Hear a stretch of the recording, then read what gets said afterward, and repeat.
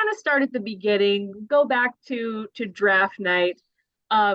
Did you have it on your bingo card that the last pick in the NFL draft, Mr. Irrelevant, would now kind of be the guy that all of the hopes and dreams for the 49ers kind of hang on going forward in the season? Kind of, did you ever think that was in the realm of possibilities? I'd say if you follow the 49ers, it never goes according to plan. So I think if you take the wildest scenarios and say, hey, can you see this playing out? Peacock and I will probably both tell you, yes, definitely. And Brock Purdy, I think the more surprising thing isn't that he got to play.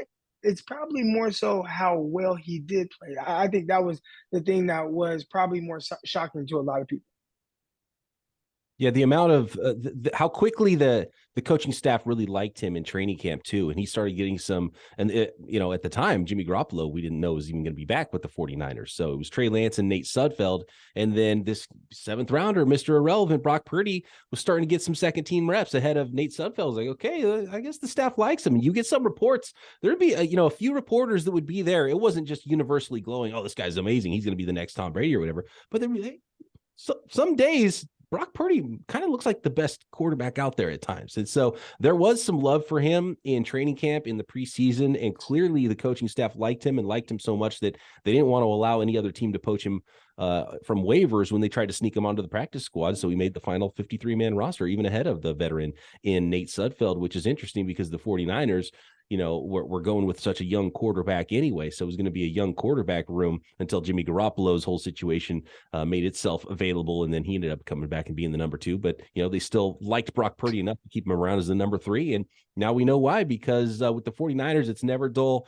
And you never know what's going to happen with this football team. As Croc said, I will never be shocked by anything at this point with the San Francisco 49ers, especially when it comes to quarterbacks.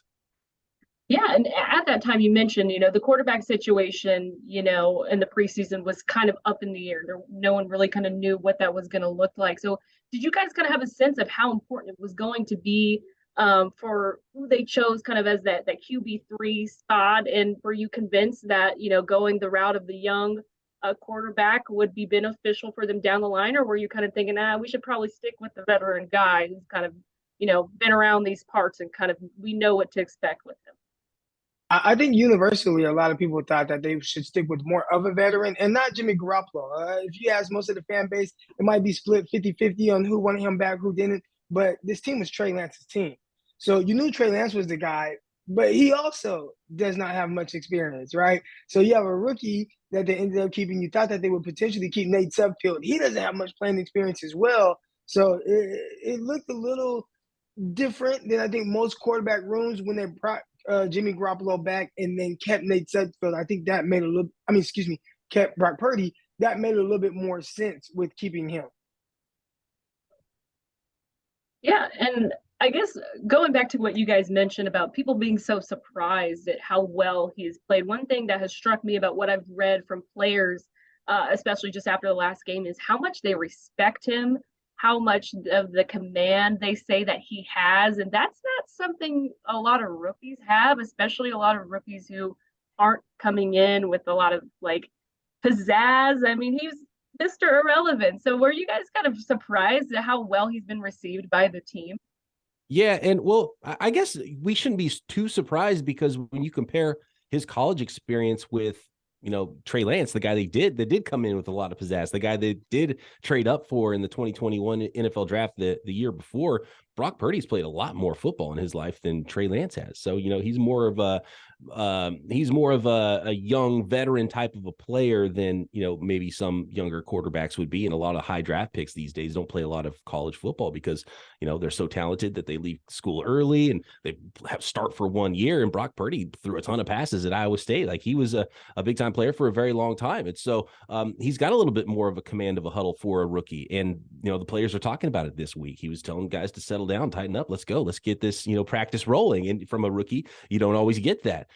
There was reports from him in practice where last year, when Trey Lance was a rookie, they had to talk to him and be like, hey, man, let it fly. Don't try to be perfect in practice. We're trying to get these looks on the scout team. We want you to let the ball fly. They didn't have to tell Brock Purdy that this year. He was not shy about letting the ball fly in practice. And I think the two things that really stand out with Brock Purdy that we saw in that first game of meaningful action for him last week was the preparedness.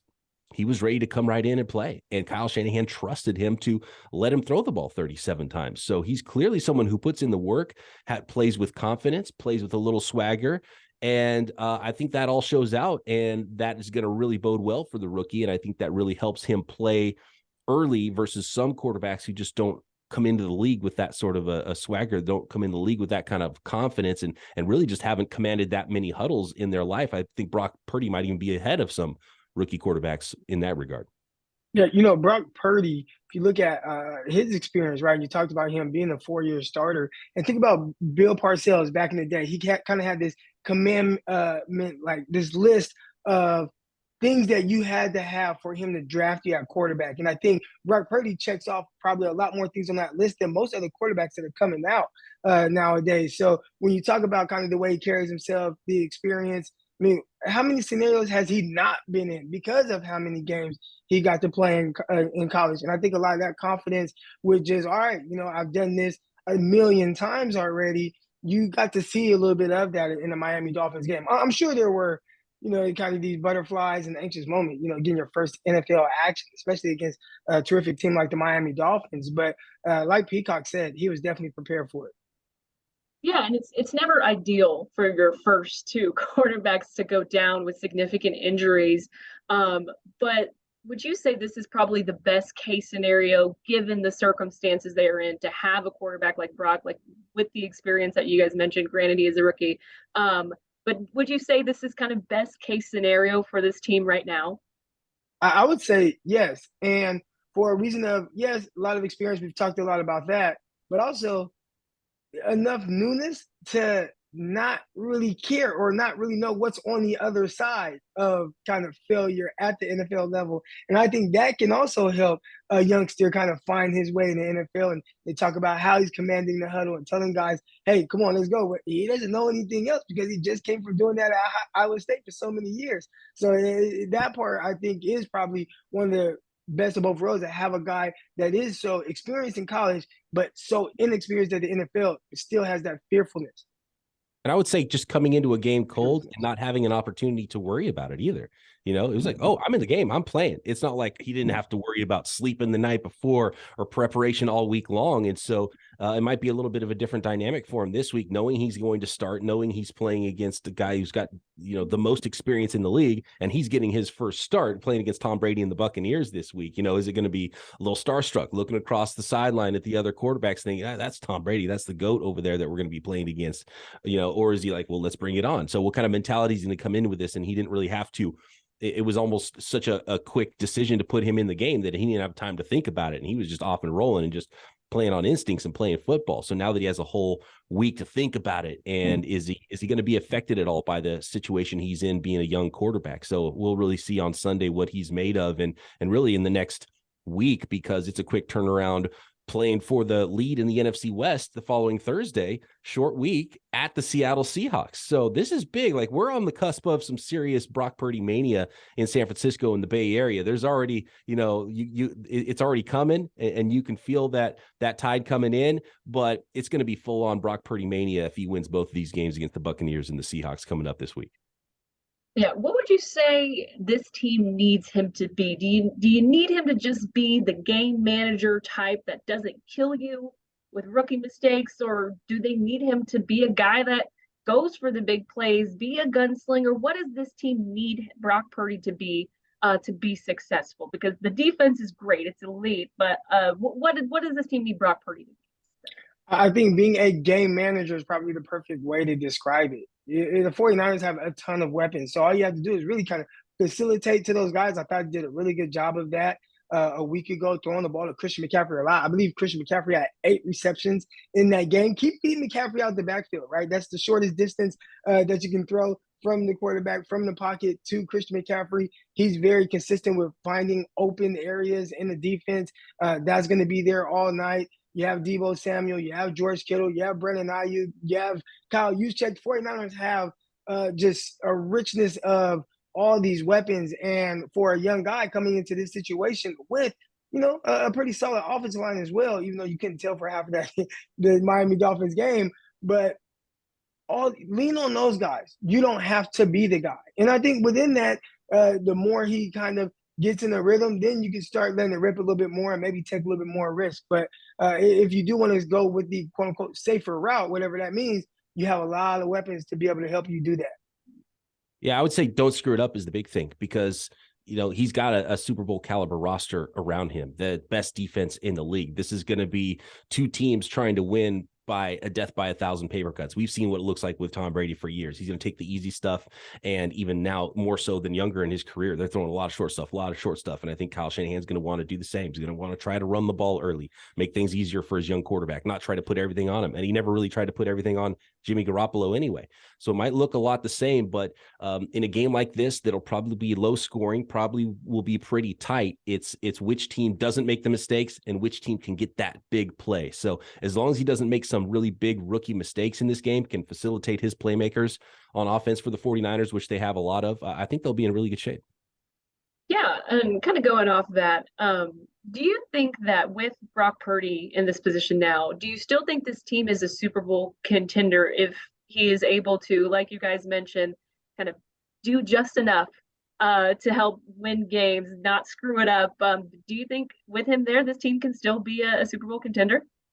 I think when you look at the roster, you say, yeah, but that's a lot of pressure to put on the young guys. So I'm probably taking the easy way out with my answer, but I would say, for him, it's just take it one game at a time and not focus on, the Super Bowl, the NFC Championship, the game, or any of that. It's, okay, you got to beat Tampa Bay Buccaneers. And then, oh, man, you have a short week and you have to get ready for the Seattle Seahawks. And I think, the more he kind of gets in the groove there, and he's going to be the guy. They've talked about the injuries that the other two quarterbacks have sustained. Jimmy Garoppolo, unlikely that he comes back. Trey Lance, unlikely that he comes back. So, the expectations for this team are Super Bowl, but to get there, Brock Purdy has to take it one game at a time.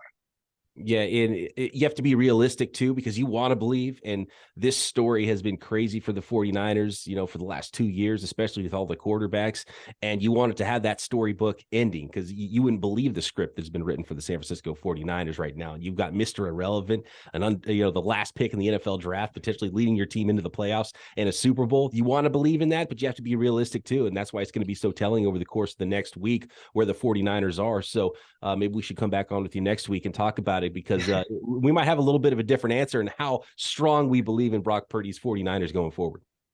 Yeah. Were you guys surprised at all, or did you kind of think, I mean, obviously you've been around this team, but were you surprised that they didn't maybe bite on the Baker Mayfield thing with him being available just as maybe like an insurance policy should this Purdy magic run out more abruptly than they thought? Or were you, what were your thoughts on that? Did you think they were going to make a play for it? I think I was a little bit more surprised than Peacock. I thought the 49ers definitely need that insurance. And not just because, you have Brock Purdy, who is inexperienced at the NFL level, but look at what the 49ers are going through. It feels like they can't have a season where they go through just one quarterback. And a lot of times they go through two, where if you look back to 2018, it was Jimmy Garoppolo, then it was CJ Beathard, then it was Nick Mullins, and they've done that several times. So you look at this situation now, you're already down two starting quarterbacks. You get to Brock Purdy, well, what's behind him? It's like, okay, do you have to count on Josh Johnson, or could you potentially have Baker Mayfield, who has led a team to the playoffs, who has won a playoff game? I thought it made a lot of sense, but the San Francisco 49ers definitely didn't, because they did not put in a waiver claim for him, and it wouldn't have happened anyways because the Rams snatched him up before them.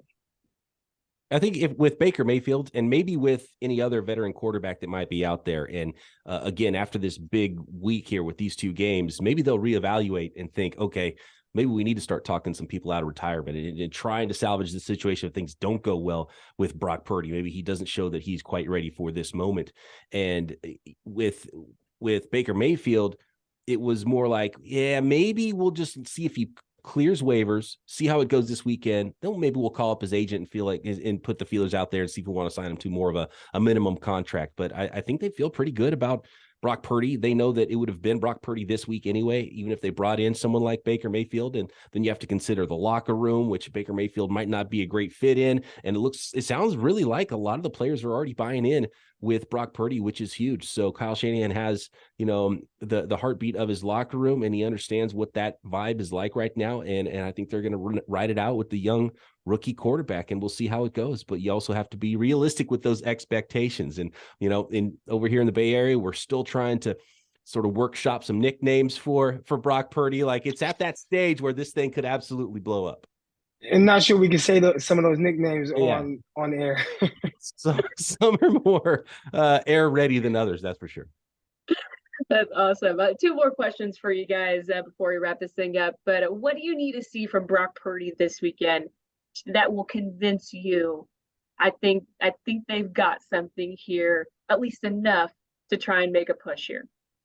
I said for me, it's confidence. Just continue to play with the confidence that he did.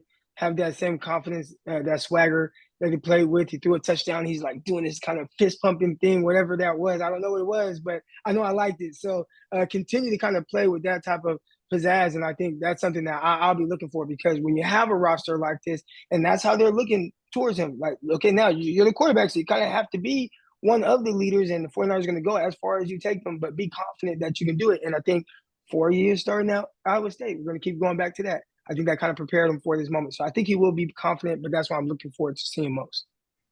Brock Purdy has shown in the short time I've seen him play for the 49ers, and going back to his tape at Iowa State and watching him play, there is a little bit of a playmakeriness to his game, and he's not afraid to get out of the pocket and kind of wing some things. There were some lowlights with that as well. There was a really, really interesting interception he threw at Iowa State that a lot of people like to show in the highlight reel or the low light reel. And he had one last week with the 49ers where he rolled right and, kind of late in the play, tried to throw across his body like he's Brett Favre or Patrick Mahomes. And it could have been disastrous. And so you don't want to have those moments too. So he's not afraid to go make a play. So I like the confidence, but you don't want him to go outside himself either. He just needs to play within Kyle Shanahan's offense. We've seen Kyle Shanahan can raise up quarterbacks and make them look really good, especially in the early goings, and especially when they're not the most physically gifted guys. Kyle Shanahan's hardly ever had that 6'4" strapping quarterback with a cannon arm, aside from when he went to the Super Bowl with the Atlanta Falcons. So really just play within yourself. Make some plays, that's okay, but don't get crazy with it either and be throwing the ball all over the place, because he just needs to facilitate the offense in Kyle Shanahan's scheme and get the ball out to his playmakers. Yeah, and kind of going off that, my last question for you guys is, I feel like in the NFL over the years, we've kind of seen these backups come in and they have this maybe 2 to 3, maybe 4 game stretch where they just light the world on fire. We're all like, yeah, this is awesome. And then they kind of turn back into a pumpkin, so to speak, and you find out why they're a backup.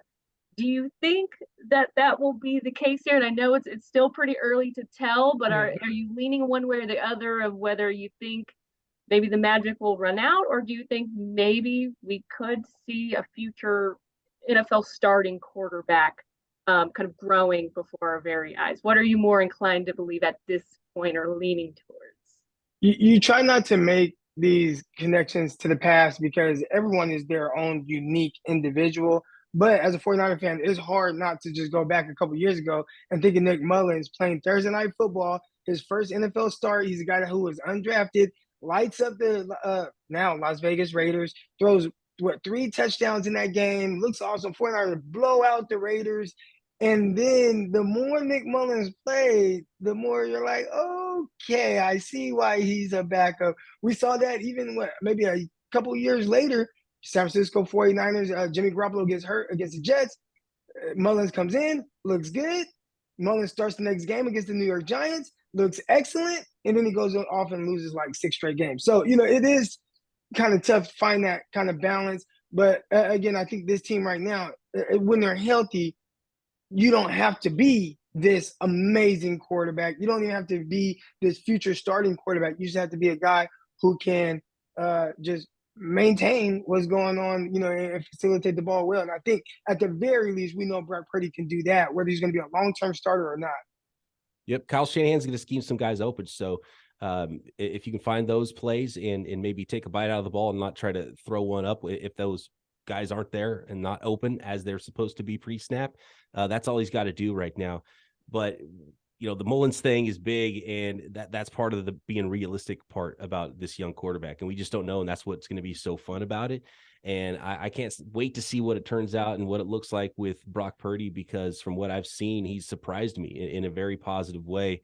And I think he believes in himself. I think he's well prepared. And like I said, he can make some plays too. So this is going to be a lot of fun with Brock Purdy the next couple of games, and we'll see what this kid's made of. Absolutely. Well, thank you guys so much for making time for me. I really appreciate it. I had fun talking with you guys. Depending on how this thing goes, I might have to revisit this with you guys, because I think this is definitely an interesting storyline that no one saw coming. Even the Cyclone fans who will tell you, yeah, we knew he had it in him. I don't think they really thought this would be where we are at this point. So I definitely love to chat with you guys again, maybe a couple more games down the road to kind of see where we are and how much more interesting this thing is. Anytime. Right for the Super Bowl. Oh, yeah. That'd be a good time. Great time to do it, right?